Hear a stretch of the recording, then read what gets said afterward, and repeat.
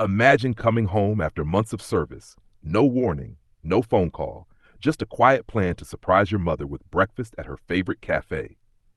Now imagine opening that door and seeing a man standing over her, his voice raised, her hand pressed against her face, red, shaking, humiliated. That's the moment Deshaun Moore walked into. And in that moment, everything changed. This isn't just a story about confrontation. It's a story about lines being crossed. And what happens when fear finally meets consequence. You're watching Voices Under Color. And this is Ridgeway Crossing. Sunrise Corner Cafe was already full that morning. The kind of place where everyone knew each other and everyone knew who to avoid. Coffee cups clinked softly, conversations stayed low, eyes stayed down. Fear had learned how to live comfortably here. Evelyn Moore walked in just after sunrise, an elderly black woman, neatly dressed, calm, dignified. She moved carefully but confidently, greeting the cashier before making her way inside. She had been asked to meet someone that morning, anonymously. She didn't know who, only that it felt important. Near the center of the cafe sat Richard Halverson, boots stretched into the aisle, chair leaned back, body language loud. He blocked the path on purpose. He always did. As Evelyn passed, her coat brushed his leg, barely a touch. So small, she didn't even notice. She took her seat a few tables away. Then the chair scraped back. Hey! The cafe went silent. You think you can just walk into me like that? Evelyn turned, confused. I'm sorry I didn't. The slap cut her off. The sound cracked through the room. Evelyn fell sideways, hitting the tile floor hard.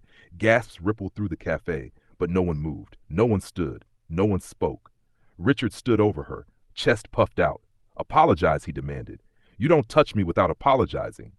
He looked around the room, daring someone to challenge him. No one did. Let me ask you something. What would you do if you saw an elderly woman assaulted in public, and that woman was your mother? If you believe no mother should ever be humiliated in silence, tap the like button right now and subscribe to Voices Under Color, because these stories deserve to be heard. Evelyn struggled to her knees, her hand trembling against her cheek. She hadn't come here for this. She was just waiting to meet someone, and at that exact moment, the door opened, a soft chime. Deshaun Moore stepped inside, tall, muscular, calm, the kind of man who didn't rush because he didn't need to. Years of training kicked in instantly, the silence, the fear, the tension. Then he saw her, his mother, on the floor, hand to her face, red, Mom. The word came out low, controlled, but inside him, something detonated. This wasn't how it was supposed to go. He moved forward and placed himself between Richard and Evelyn without touching either of them. Step away, Deshaun said calmly. Richard scoffed. Mind your business. Deshaun didn't respond. He crouched beside Evelyn, his voice soft. Are you okay? She tried to smile, tried to minimize it. Did he touch you? He asked. The cafe held its breath. Yes, she whispered. That was all Deshaun needed. He stood, and the calm vanished. Richard was still talking, still arrogant, still convinced his voice controlled the room. The punch ended that illusion. One clean strike, then another, controlled, precise. No rage, just consequence. Richard collapsed, scrambling backward, blood spilling onto the floor. Deshaun stood over him. How dare you touch her? Richard begged now. I didn't know. That doesn't matter. One final strike, not to punish, but to end it. Deshaun stepped back, not because he had to, but because he chose to.